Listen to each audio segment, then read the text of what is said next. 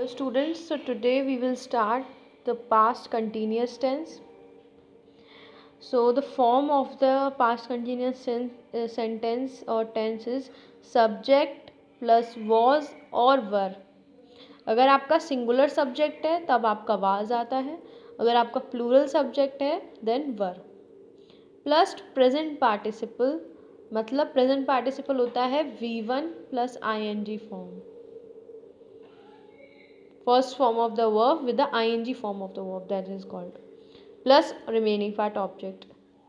जैसे कि आप एग्जाम्पल देख सकते हो, जैसे कि अब यहाँ पे है आप सिंगुलर सब्जेक्ट है ही एंड शी, यहाँ पे किसी स्पेसिफिक पर्सन के बारे में बात हो रही है, तो यहाँ पे आएगा एक सिंगुलर सब्जेक्ट है तो वॉज, तो ही और शी वॉज डांसिंग, तो डांस प्लस ing, डांसिंग तभी तो बना डांस प्लस ing, तो she was dancing last night. You is a plural, मतलब सेकंड पर्सन है तो इसमें क्या आता है वर, तो you were playing chess, they were singing a song.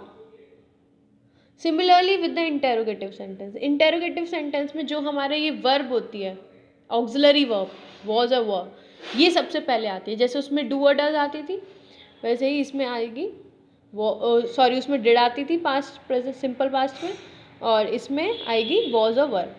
तो वॉज स्लैश वर्ब, वॉज कब आएगी जब आपका सब्जेक्ट सिंगुलर होगा, और वर आएगी जब आपका सब्जेक्ट प्लूरल होगा. तो was a verb plus subject appropriate subject plus present participle form मतलब dancing V1 plus ing form plus the remaining part. जैसे कि आप देख सकते हो was she dancing last night, तो हमने क्या किया बस यहाँ से इस पार्ट को इधर लेकर आए हैं. सबसे पहले वर्ब आ गया and after that question mark. Question mark is very important in the interrogative sentences. जैसे कि वर यू प्लेइंग, तो यहाँ पे यू था सेकंड पर्सन तो यहाँ पे वर आएगा. दे एक प्लूरल सब्जेक्ट है तो वर आएगा. तो were they singing a song question mark. तो ये होती है formation of a interrogative sentences. Next negative sentences. Negative sentence में क्या होता है subject plus was and were जो भी अप्रोप्रिएट होगा प्लस नॉट, यहाँ पे वॉज और वर के बाद आ जाएगा not, plus V1 plus ing form present participle form of the verb. तो आप देख सकते हो कि यहाँ पे जो हमारा नॉर्मल असर्टिव सेंटेंसेस थे, जो हमारे इंस्ट्रक्शंस वाले जो नॉर्मल हमारे सेंटेंस थे वो असर्टिव सेंटेंसेस, उसमें देखिए वर्ब और V1 ing थी, तो उसी के बीच में ये आ गए हैं यहाँ पर नॉट नेगेटिव में. तो बस आपको इसमें क्या करना है कि बीच में नॉट ऐड कर देना है. जैसे कि आप देख सकते हो they were not singing a song, he was not dancing last night. ठीक है, तो वही सेम चीज़ें हैं और ये आपने पहले भी पढ़ी हुई हैं, बस आपको इनको थोड़ा सा प्रैक्टिस करनी है, आपको वर्बल होना है इन चीज़ों से and you can easily do this thing. Next है आपके इंटेरोगेटिव नेगेटिव सेंटेंस, मतलब अगर आपको क्वेश्चन में ही अगर नॉट यूज़ करना है, एक नेगेटिव सेंटेंसेस का आपको इंटेरोगेटिव फॉर्म बनाना है तो क्या कहूँगा. तो इंटेरोगेटिव में आप वॉज और वर्ड से स्टार्ट करते हो, इसमें भी हम करेंगे वॉज और वर्ड से स्टार्ट. तो वॉज और प्लस सब्जेक्ट एप्रोप्रिएट सब्जेक्ट आएगा प्लस नॉट, नेगेटिव भी है हमारा इंक्लूड तो यहाँ नॉट आएगा. तो not plus present participle form of the verb plus object and after that a question mark, क्योंकि इंटेरोगेटिव सेंटेंस तो है ही है ना, नेगेटिव है लेकिन इंटेरोगेटिव तो है तो क्वेश्चन मार्क ज़रूर है. तो जैसे कि आप देख सकते हो was she not dancing last night, तो यहाँ पर हमने दोनों को कंबाइन कर दिया, हमने आगे वॉज भी कर दिया और नॉट को भी ऐड कर दिया. Were they not singing a song. ठीक है, अब आप इम्प्लीमेंट कहाँ करते हो, पास्ट कंटिन्यूस टेंस कहाँ पे यूज़ करते हैं. तो past continuous tense structured to show a task which was in a progress at a point of time or over a period of time in the past. तो past continuous एक ऐसे काम को बताने के लिए, एक ऐसे इवेंट और ऐसे टास्क को बताने के लिए होता है जो काम पास्ट में किसी समय पर हो रहा था. वो task was in the progress at a point of time over a period of time in a past, past में कभी ये काम हो रहा था, तो वो रहा था वाला जो है वो पास्ट कंटिन्यूस फॉर्म होती है। जैसे कि she was writing a novel at 9 o'clock this evening, तो she was writing a novel, वो नोवेल लिख रही थी रही थी वाला जो सेंस है वो रही थी, रहा था वाला जो सेंस है वो पास्ट कंटिन्यूस आता है। जैसे he was working on his report last week, तो ये जो काम है ये काम वो लास्ट वीक कर रहा था, ही वॉज डूइंग दिस।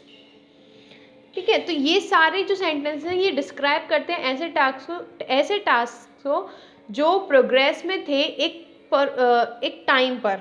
ठीक है, पास्ट में एक टाइम पर ये काम हो रहे थे। Next, to describe a task that was happening at some point of time in the past, वही सेम चीज़ किसी टाइम पर हो रहे थे।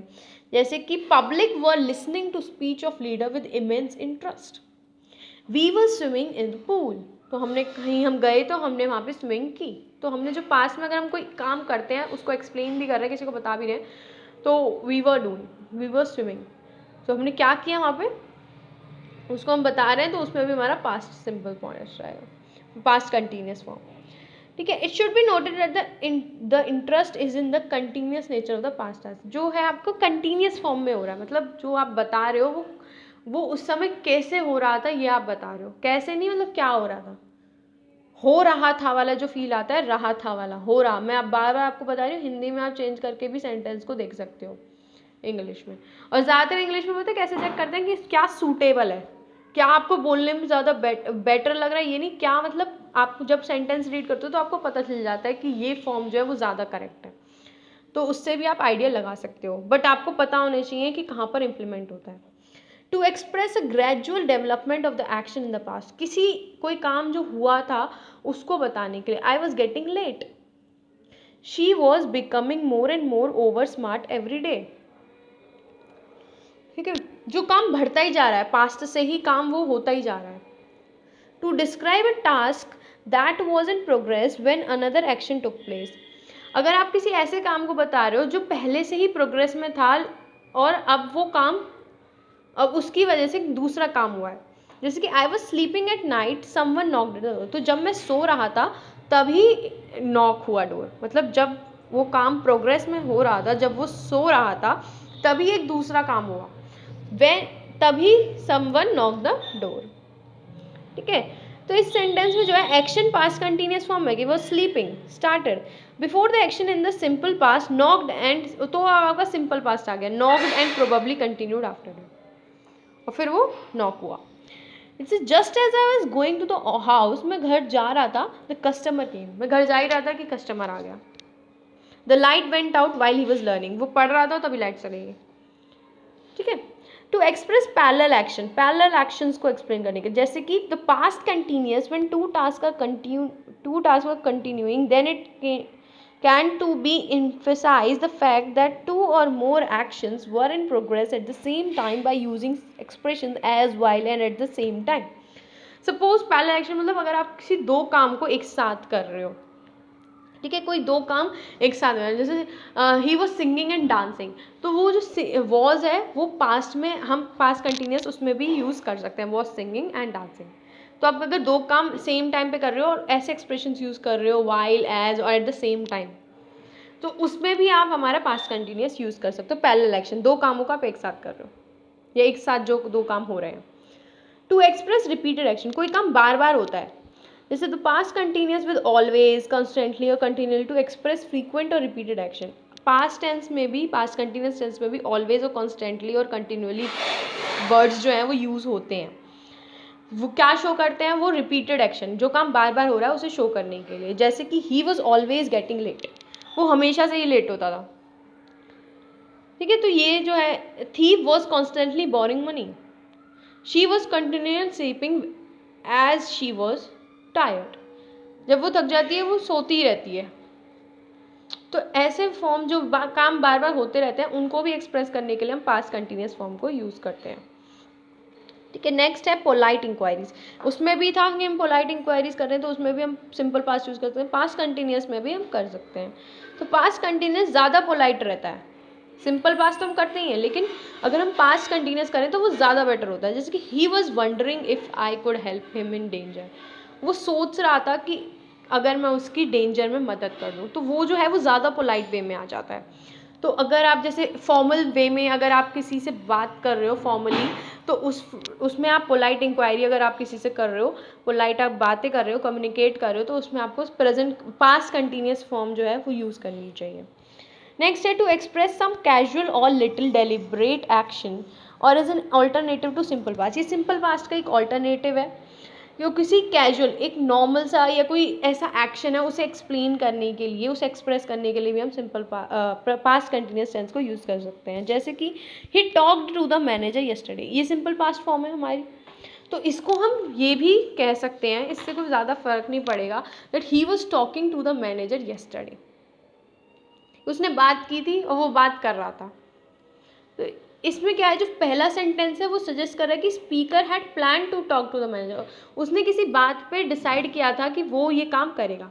लेकिन सेकंड सेंटेंस ये शो करता है कि speaker had not any plan to talk to him but happen to talk to him in a casual manner, लेकिन उसका कोई प्लान नहीं था, वो करना नहीं चाहता था, अचानक से कुछ हुआ जिसकी वजह से वो बात कर रहा था। तो एक कैजुअल मैनर में जैसे होता है ना कि हमने प्रिपेयर्ड नहीं थे उस चीज़ के लिए बट वो हो गया। जैसे कि अगर वो केक बनाएगी, तो वो है कि bake a cake, Radha baked a cake, तो राधा ने केक बनाया, तो उसने वो पहले से ही था कि वो केक बनाएगी, बेक करेगी, तो वो है।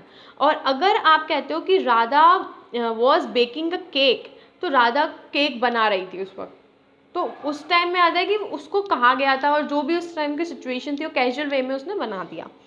तो वो एक टाइप ऑफ फॉर्म है कि आपको कब उसे यूज़ करना है। ठीक है, नेक्स्ट है to suggest time adverbial. Time के जरिए भी आप पास्ट कंटिन्यूस फॉर्म बता सकते हैं। जैसे at 10 o'clock I was going to the on the road, 10 o'clock में मैं तो रोड पे चल रहा था। अगर आप पूछते हैं कि आप इस वक्त कहाँ पर हो, आप उस वक्त कहाँ पर थे, तो फिर आप ये बता सकते हो कि at 12 o'clock she was washing the clothes, कि 12 बजे तो वो कपड़े धो रही थी। तो आप ये जो हम इस फॉर्म में, जब हम हिंदी फॉर्म में आप जाओगे तो एडवर्ब, टाइम एडवर्ब के साथ भी हम इसे पास्ट कंटिन्यूस फॉर्म को यूज़ कर सकते हैं। तो आपके जितने भी इम्प्लीमेंटेशंस हैं वो आपको समझने हैं। आप इस वीडियो को 2-3 बार देखिए ताकि आपको समझ आ जाए, और ये सारे फॉर्म्स को आपको अपनी नोटबुक में लिखना है। साथ ही साथ आपको ये एक्सरसाइज करनी है, बुक में ट्राई करनी है। Okay, so understand this topic and watch this video again and again to learn the implementation of the past continuous tense.